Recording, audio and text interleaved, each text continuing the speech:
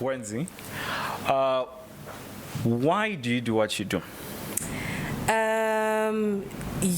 I actually did not intend on it. Yeah. I stumbled upon my path, Interesting. and I'm okay with that. I can see the path being laid out as I maneuver. So when I first joined, specifically work, right, I just noted, I'm in human resource, and I noted a lot of the same personality going through, or I thought it was the same personality at the time. I didn't really know what I was seeing. People looked dejected, people looked withdrawn, people looked, they were quiet, they were timid, and I just moved on. I was like, everyone here needs a backbone, That was my point of view at the time. I was like, why aren't people outspoken? If someone says something, you respond, you stand your ground, And then as time went on, I actually started realizing that the environment had created people to be the way that they were. Well, you mean the workplace environment? The workplace environment, Okay. yeah. So I ended up advocating unintentionally. Yeah. I ended up advocating unintentionally once I realized that it's just one or two or even three people who are influencing everyone else. They've trained people into playing small, they've trained people into dimming themselves, and so people weren't actually timid and weak like what I thought. They were just playing it safe to get out of harm's way. It's quite interesting. Yeah, so I stumbled on this path. When you speak about the workplace environment created that kind of behavior in people, what exactly was the environment that was creating that? Ooh, okay. Yeah. Love that. Love that. So it's small things. It's never like a big thing. But even though it's a small thing, and people downplay it whilst it's still small, they don't realize that it's going to become big until, then something happens. Exactly. Yeah. So one of the things that influences that is sitting in meetings, and we will witness one person being chastised or put down, ridiculed for not doing a good job. And then I noticed that it was coaching all of us to, one, treat that person the same way, two, we all had to start defending ourselves and make sure that we are not treated that way, because we can see that if it's happening to this person, then it can happen to any one of us. Yeah. Some people don't really process it that way. They kind of just assume that it's that person. But you can see that they're protecting themselves just in case. Yeah, so those are some of the things that show that, okay, this is what's changing people. This is why they're quiet. So you're saying even someone who comes, I think maybe someone who's coming from university, they are all confident, they come and get into their, in that environment. They are, I think that's what you just explained, like you were like that when you get into there. Yeah. And then the system coaches you into behaving in that way. Yeah. But why though? Why do we, or why, what's the benefit for the person who's creating that kind of environment? A lot. Let's just start with university. Let's start there. Okay. A lot of the times you'll find, I don't know what happens to us as we get older, maybe we also lose confidence. I will give even those individuals the benefit of the doubt and say that they also started off on the right path in terms of the way they treated people in the workplace. But at some stage, I think you start feeling threatened. It's either this person is coming in with new knowledge, obviously, because they are more recently out of university than you. Maybe it's the way they carry themselves, it's the way that they speak, it's the way that, how people are drawn to them. And if you are not secure in yourself, you will not like that individual being in the room, because all the attention goes to them. Yeah. Or you'll find intellectually they are getting a lot of things done. They're answering a lot of the business-related questions very well. So that is one thing that I noticed a lot, especially here at home. home, just talking about university alone, you get a lot of those insults, you know, like, oh, just because you're learned. Yeah, exactly. And so it starts becoming an insult, and you're like, I'm supposed to feel awkward for having an education. Yeah. So you'll get put down on the things that make you great. You're systematically put down for those things, yeah. But where is it coming from? Like, is it the person is feeling threatened? Or what? So being threatened is one thing. Yeah, there are many reasons that I started to pick. I took time, guys. I really did. I took the time to really understand my environment. I was like, what is happening here? Exactly. You know. So it could also be. I think for me, one of the ones that I actually also started to walk into, and I'm glad I didn't go too far into it, is when people are trying to cover either their mistakes or actual misconduct. All right. So, for example, so I held a senior position right from the beginning, like at an early age, and I noticed how vulnerable that made me or my position, I guess, because sometimes you merge into your identity merges into the position.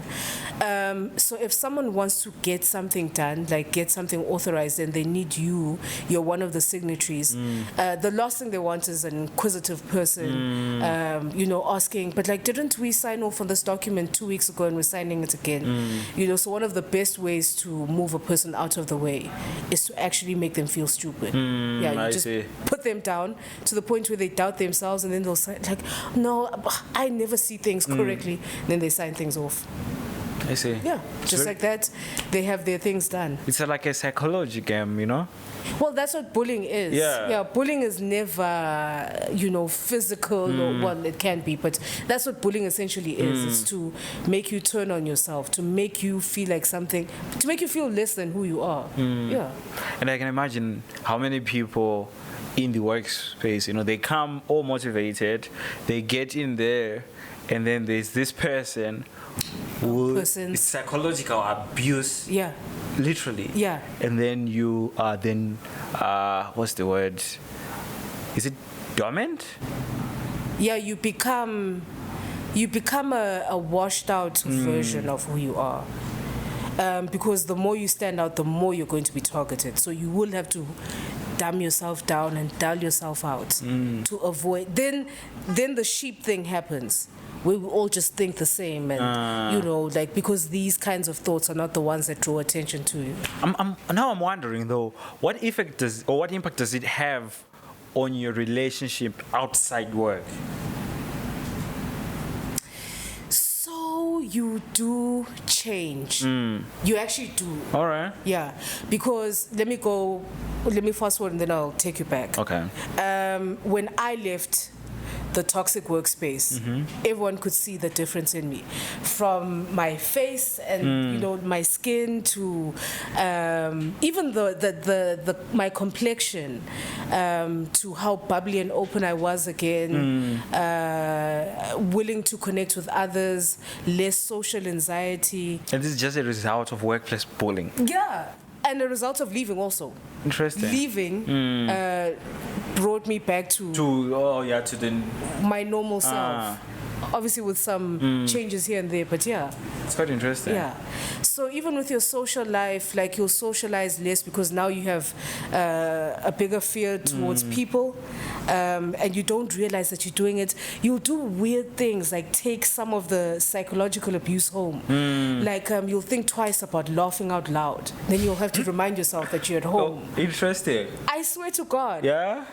You're less trusting, like, you know, when people have something to say, like, you scrutinize it more. So can you imagine now interacting with your family? You're constantly checking your phone to make sure you're not missing any work calls. It's just ridiculous. You're not going to be present. It's quite interesting. That's a huge impact. That is a huge impact. Because, like, I'm imagining your relationship, if you're, like, less trusting now, you are thinking everyone is about to attack you, how are you going to be responding, like, to the people around you? So, okay, let me talk from a personal experience. I knew that I was traumatized when I could not listen carefully anymore. All right. Yeah, because I'm actually a very good listener, and it's something I enjoyed because I pay attention to things, and just even as a friend, a sister, a partner, I liked the fact that I could hear people and I could hear beyond just the words. The moment I realized that I'd lost that, I was like, oh no, something's happened. And I took the time. That's when I actually knew that I was going through something, because before I was just an observer in the space, and I was like, oh, actually, I think I'm being impacted as well. Yeah. And that's when I was like, okay, so I think I'm trying to keep out as much noise as possible.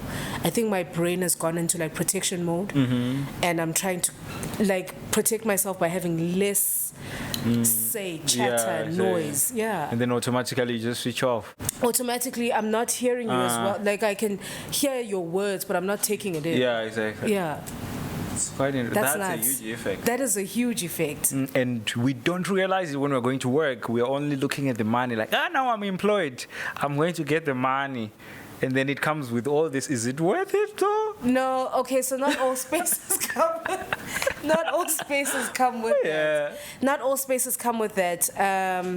It depends on what is encouraged in your space, you know? Yeah. So if you guys encourage collaboration, you encourage diversity. Because the moment you are okay with people being different, you know that it's going to be a bit safer. But if we have to perform and be one thing, then we're trying to be safe. So not all spaces are like this. Okay, so it's worth it. I would not say it's worth. Let me put it like this: it's not worth it to lose yourself. Yeah, if you're starting to lose yourself, get the hell out of there. But then there is the dilemma where I'm just a youth. The unemployment is crazy. I finally land a job, and then I get into this space. I mean, I wish the interview was both ways, where you can interview your co-workers before you get there. To know, but no, you don't. Then you get in there, and then before you know it, it is this environment where there is a bully of a boss. You're going down a rabbit hole. And I see a lot of people. They have bosses that are, and I don't know. It's like they get away with it. It's not like they have repercussions, because the turnover, you can see with the employee turnover, it's like high. I think once you see a high employee turnover, it's a sign that this organization has got like... Before you continue, do you know what's another sign? People being standard performers or underperforming and never leaving. Because we're now tired. Exactly. We've lost confidence in ourselves. We're not applying to any other job. You know what? I'm going to do the 1, 2, 3 that I've learned here and screw this. Interesting. Now I actually want to go into the things that you can use to identify, because I'm thinking someone is watching this and they're probably maybe in this space, or someone is potentially going to be employed in that kind of space. What things can they look at from the outside without getting in first, you know, because some of them maybe you can observe when you're inside, but are there outside clues? Like, for example, we just mentioned employees who can't even apply for another job. They're just there. They're like, it's done. What else can you look at from outside that you can see as someone who's going to be employed, that you can identify beforehand? Or is that even possible? You can only find out when you're in there. I would say maybe during the interview, if there's a personality that seems a bit rough and it's not the leading person, it's either they're trying to figure out how well you do under pressure, which is why would you want to work under that kind of pressure? But it also means that the leading person has either lost control of that situation or they condone that person's behavior. They just don't want to be the one executing it. So never ever get lost, because I see many people believing that the rough person is actually the dangerous one. The dangerous one is the one leading and allowing. I see. It's what they want to do to you, but they want to keep their hands clean. Yeah. So that's one. Then I would also say, what kinds of people are you employing? Because if you are high on the desperate, then you will be in charge fully as an employer. Desperate people are not going to challenge you as much. Yeah. So if your workforce is young, and I need to say this in the most diplomatic way. Yeah. You're not necessarily pursuing young and bold. You're just going for young. Young. Then it means you are trying to exploit people. I see. Possibly. You Yeah, might yeah, also just exactly. be a good person. But if you're going for young and they can't be themselves, then you might be on the right track. But if you're just employing young people, and you're not building their capacity, you're not trying to lift them up or anything like that, are these people growing in your organization? Then you probably just wanted to exploit them. Yeah, exactly. And underpay and be okay with that. Like, oh, I have a senior analyst and it's someone who's just graduated from university and you can give them the lowest salary and you have the same trend everywhere else. Yeah. Maybe I that's see. another indicator, Yeah, actually. to actually look at the I don't know what you call it, the employees. Yeah. See their age. Yeah. And see. And are they growing? Are they growing? Yeah. Even their profiles, because I mean, someone who's a senior analyst is just coming from university. What have they done to deserve a senior position? So people can see potential in you. But it must be people see potential in you and want you to grow, not see potential in you and want to exploit you. I see. Yeah, because those are two different things. Yeah. I see. Now, the second question would be if you are already in there. Yeah. Because I feel like bullying is the same, whether it's in the workplace or out there. And someone who's being abused, they might not be able to see. Just before you continue, I did not experience extreme bullying until the workplace, though. Interesting. I swear to God. That's crazy. I swear to. So I think that's also part of the shocking experiences. The more something is new, the more shocking it is. Yeah, it is, exactly. Yeah. It's quite interesting. Yeah. That the workplace is more bullying than my personal. Your personal experience. Well, I think it's because I've always gravitated towards people who are themselves, and so when a person is securely who they are, they also give you space to be yourself. Exactly. So a lot of my friends were people with their own minds, and we do our own thing. Exactly. I don't know how to explain it even further, but in the workplace you can't choose who you're around. You found those people there. Yeah. Interesting. Anyway, so my question was. If you're going through those things, you might not be able to know that you're going through that.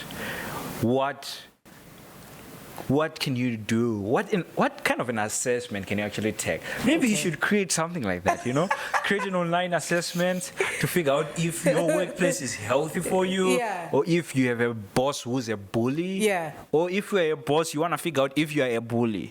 Those are things that, okay, anyway, the question is, what can you do to identify signs and symptoms of a bully of a boss? Okay,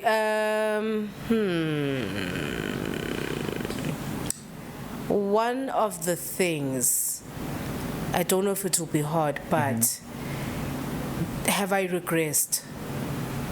I see. So when you arrive, maybe you were writing analytical reports, you had a dominant voice, you were outspoken, you were able to capture information, synthesize it, and share it. If you are not able to do those things anymore, something's happening to you.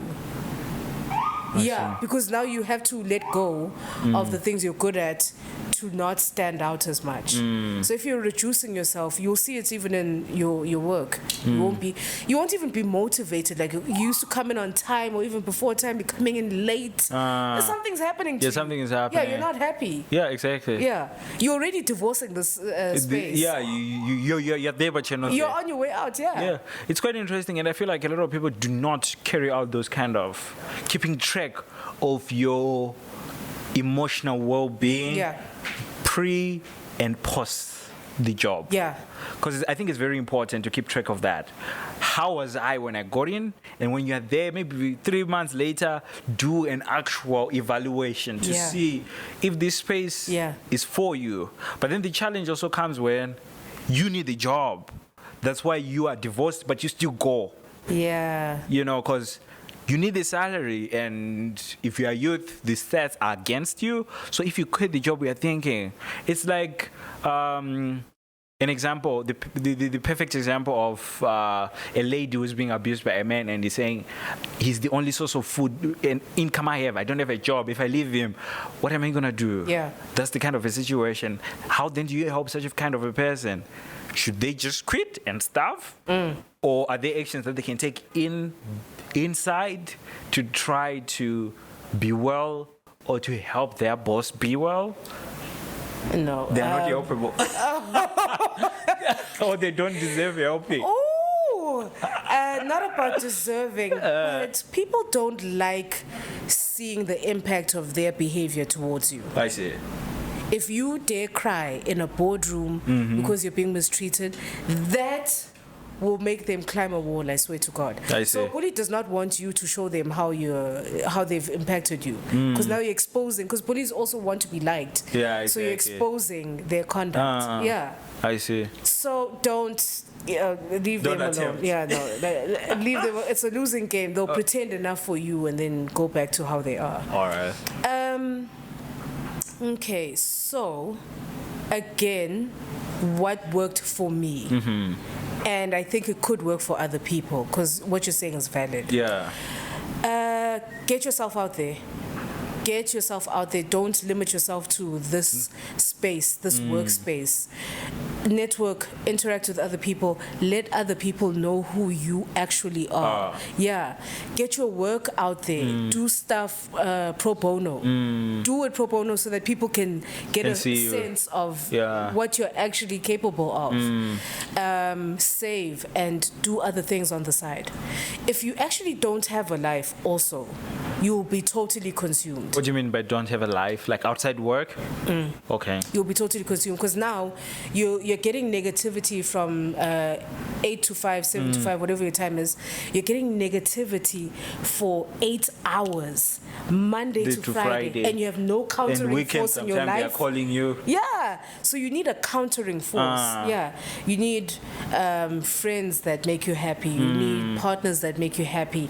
You need things that bring joy and make you, so that you're not constantly in like one headspace all the time. And then save.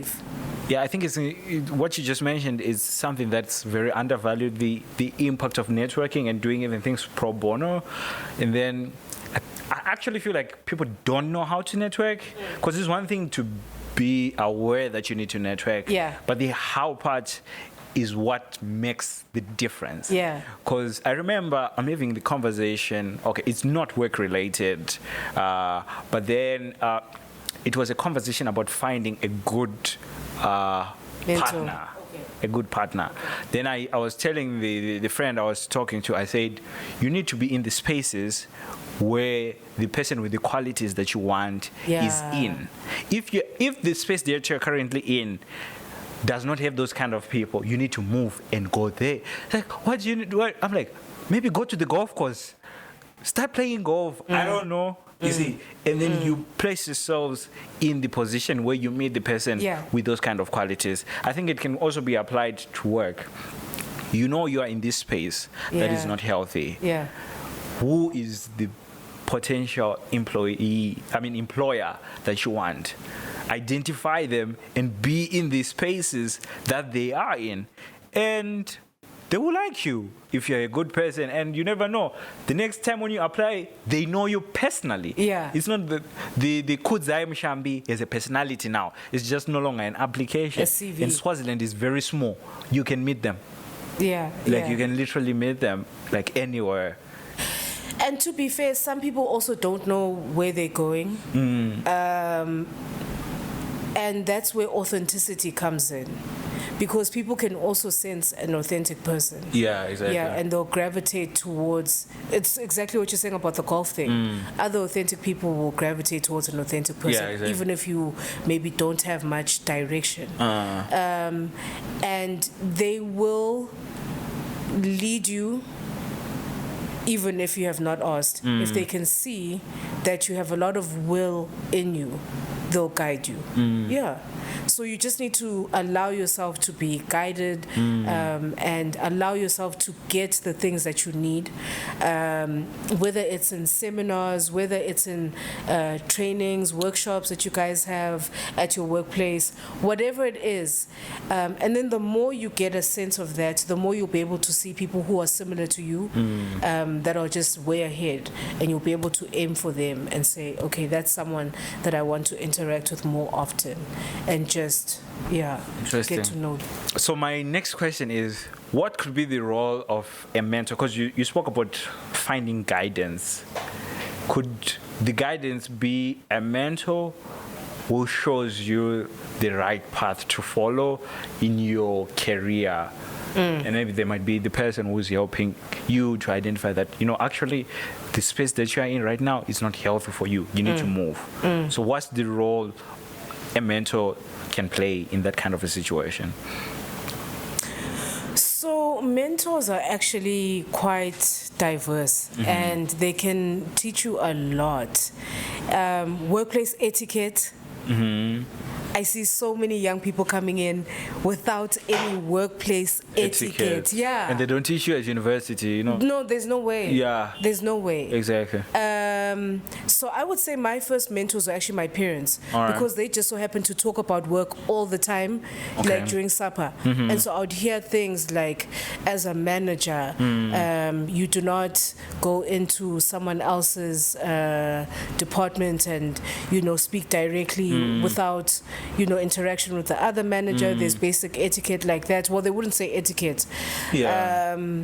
Or if you have a boss who is caring and open and understanding, and they are responsive, and you ask for time off once, twice, don't exploit that. That person is actually just being caring. You also need to be considerate and understand that you are on company time. Things like that. Yeah, exactly. So then I got older and I met mentors outside of my parents. Yeah. And they were actually really, really great people. People who knew how to be outspoken and direct without insulting others, because I needed to learn that as well. I see. Yeah, because a spade is a spade. Like, I don't understand why I have to mince my words. We can all see what this is. Exactly. But there's a diplomatic way of doing things. I see. They even taught me that for some things, let your boss actually handle it, because this is way bigger and they are there for a reason. So, because I have that takeover spirit as well, like, oh my God, the ship is going down. Yeah. Where's the wheel? Move. Whether the boss is holding it or not, I'm taking. Okay, you've been holding for quite some time and we're still going down. Yeah. No one wants to go down with you. Yeah, exactly. So they'll teach you beyond work. They'll actually teach you beyond work because they can see you. Like, they can see that, Wenz is shy sometimes. Exactly. So let's just get her to interact in this way. And then they'll also see when you are now leaning a bit too hard on them, like a child, trying to hold on to their mom all the time. And it's like, exactly. no, learn to stand up for yourself as well. Like, stand on your own 2 feet. Use your own mind. What do you think? What's your opinion? Exactly. Yeah. They're not there to actually think for you. For you. Yeah. Yeah, exactly. You're not there to also become them. Yeah. I see. Well, that's quite interesting. Now I'm interested in knowing the steps that I can take as someone who's been bullied at work. Okay. We've gone over the signs that I'm being bullied. Yeah. Now I know. But how do I come out? Or how do I heal? Because you just lost your glow. Yeah. Then you got it back. Yeah. What did you do to get it back? Yo! First of all, that taught me a lot about health and our healthcare. I learned a lot about our healthcare. Interesting. Because many things changed. The way I listened changed. My body, I also had like muscle tension, migraines, but that was caused by the muscle tension. And so I saw a physiotherapist, and they treated me on their own. So a therapist, and they treated me on their own. Interesting. So a GP, and they treated me for the migraines. And I was like, but this is all actually literally the same thing. It's caused by stress. You know, I am under a lot of stress. I'm under continuous stress. And so it's gone from my emotions to my body to, you know, and so I then took a step back, and I was like, okay, I'm going to let everyone who's a specialist teach me, but I think I also need to listen to my body because I wasn't paying attention to it. Yeah. So like clenching my jaw, I wasn't noticing that I was doing that, which was then causing the muscle tension. Interesting. Instead of sitting relaxed, my shoulders were now like this, ready for action. Yeah, you know, ready so to now, kill.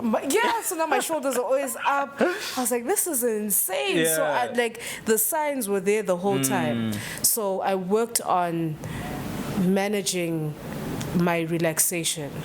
Like I prioritize that now. I talk more. I don't suffer in silence. I don't do that whole being tough is a great thing. No, I talk. You know, and if I need to cry, I'll cry. I'm not that good at crying. I don't think. I don't know who's good at crying, but like I'm getting better. You know, I'm allowing myself to cry. Like, okay, like this actually hurts. Yeah. I'm gonna cry, and crying actually helps because you actually find yourself like, oh, it's like a burden has been lifted. And then I also liked to fix things on my own, and so I learned to actually broaden my space and let my family and friends help. You know, like even with simple small things, because now your mind isn't overburdened. So that's just outside. Like journaling helps for some people. Going on walks helps. But I will say, because every day is different. You'll find that your body needs to cry more today. So you'll cry more today and just sit in a blanket and cry. Tomorrow you'll need to walk more because you've let that go. So now you walk. Exactly. And then the next day your mind will be like, more space. Let me write how I'm feeling. You know, and then you'll be like, more space. I'm looking for joy. Let me go laugh with someone. I have the capacity to do it now. So you can't, I would not say to people, if you are someone who walks, walk. Don't like listen, follow yourself. Like what do you need right now and be honest about it, you know. But then there are also like technical things in the workplace. For example, the documenting your stuff. From a human resource perspective, we work on documentation. I see. So document. When you go into your performance appraisals, don't just go, it's just another day. That'll be used against you. I see. You know, so talk. If you could not perform because you had so many things stacked up, you know, you were being weighed down, say it in the performance appraisal. Have it documented. Both of you sign to say that I was not able to perform this week or on this activity because I had 1, 2, 3, 4. Or remember, you took away my laptop. I see. And now you're trying to say that I'm underperforming. I don't have a laptop, a working tool. It's, you know, that's a good example because I know someone very close to me not having a laptop. The boss still wants them to deliver. The laptop died even. No. Probably at work or something. No. But they still want you to deliver at that point. No. And they shout at you for not delivering. You see, that's cruel.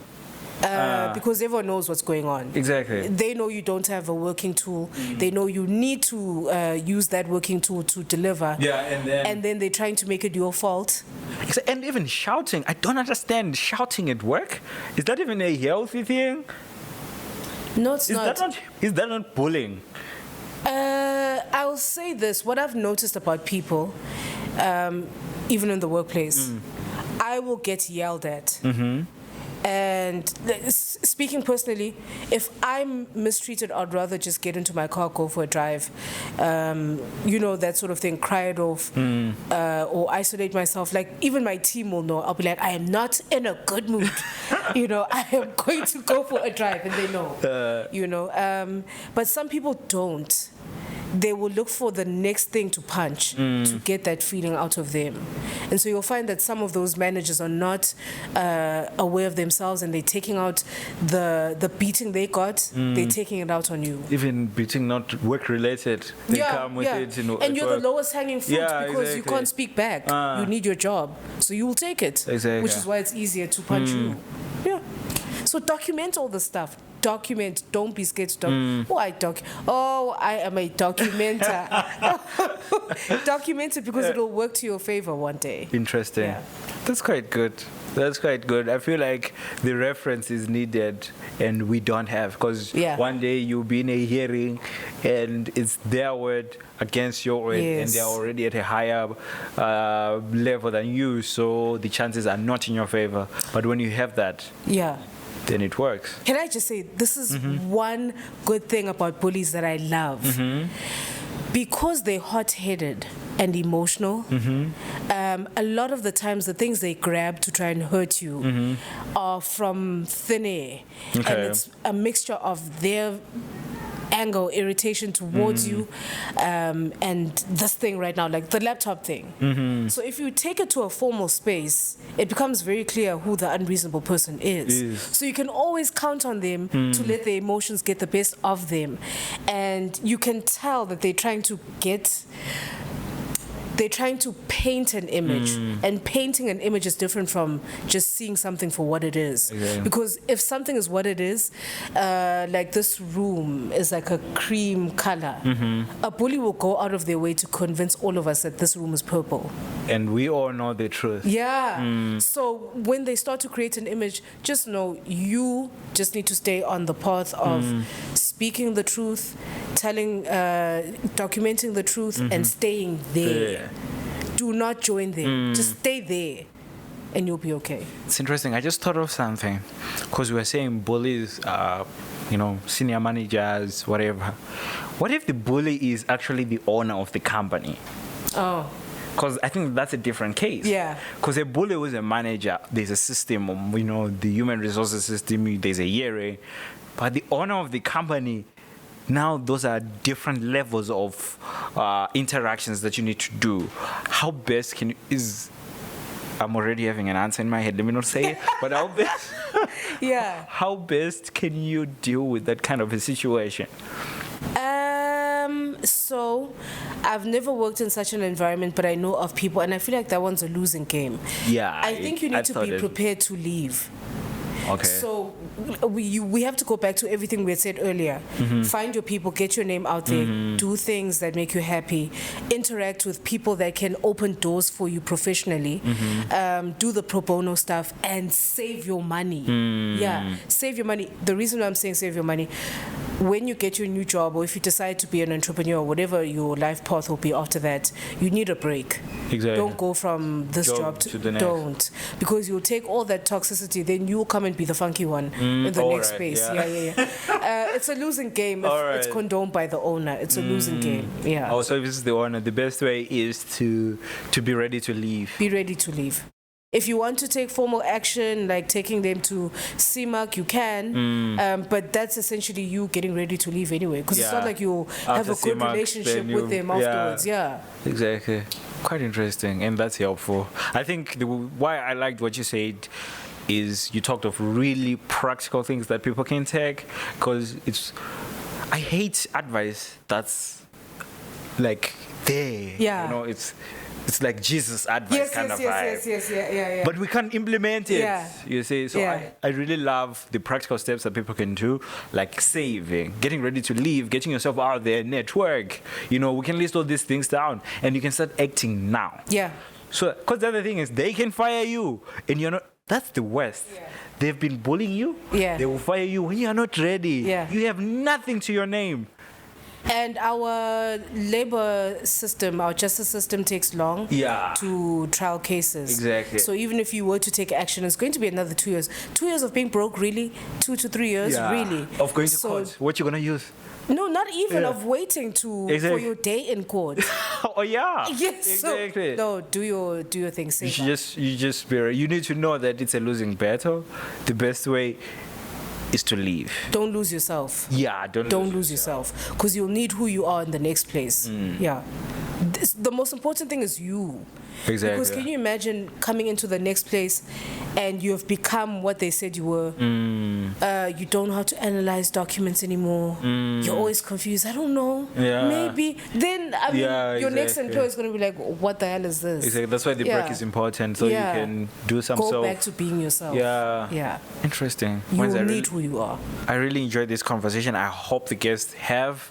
And if you know someone who is in this kind of situation, because also a lot of people don't realize that they are in, but you can help them by sharing this conversation with them so that they can see that, okay, I'm in trouble. Yeah. Then they may hopefully start taking steps. Yeah. Anyway, do you do private consultation? Maybe they might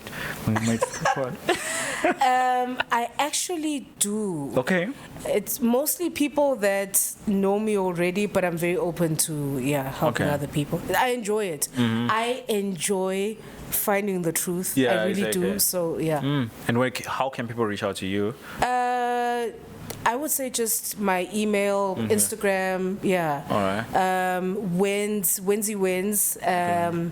That's my Instagram, and then my email address as well. I'll definitely respond to your emails, guys. You can email me there. Oh, that's cool. I'm gonna just write it down in the description. Please share it to the public. Yeah, so that they reach out to you. Yeah. Because this is a pandemic. It is. It definitely is. It is. But I can even coach you on how to speak up for yourself whilst you're there instead of losing your job. Interesting. Yeah, no. I'm good at that. Yeah. Yeah. I'm very good at teaching people how to stand up. Like, look at this, look at that, stay there. Interesting. Yeah. Guys, please reach out to Wendzile and she'll help you more. This is only like an hour-long conversation. I'm sure you can't undo 5 years of bullying in 1 hour. The only way you can get more of this is to reach out to her, and all her information is down in the description below. Wendzile, do you have anything that you would want to say before we go? Yeah, for me, I would just say it's never about you. If you can just stay there and remember that it was never about you, it's just about that other person and how they feel and how they view the world, then you'll be okay. Don't lose yourself and you'll be fine. Please don't lose your feels and you'll be fine. Thank you, Wendzile. Thank you. Please make sure you like, comment, and share. Somebody needs to hear this. And Wendzile has shared some jewels of knowledge here. She charges people for this. I'm joking. Thank you very much for watching. Until next time, we are out. Bye.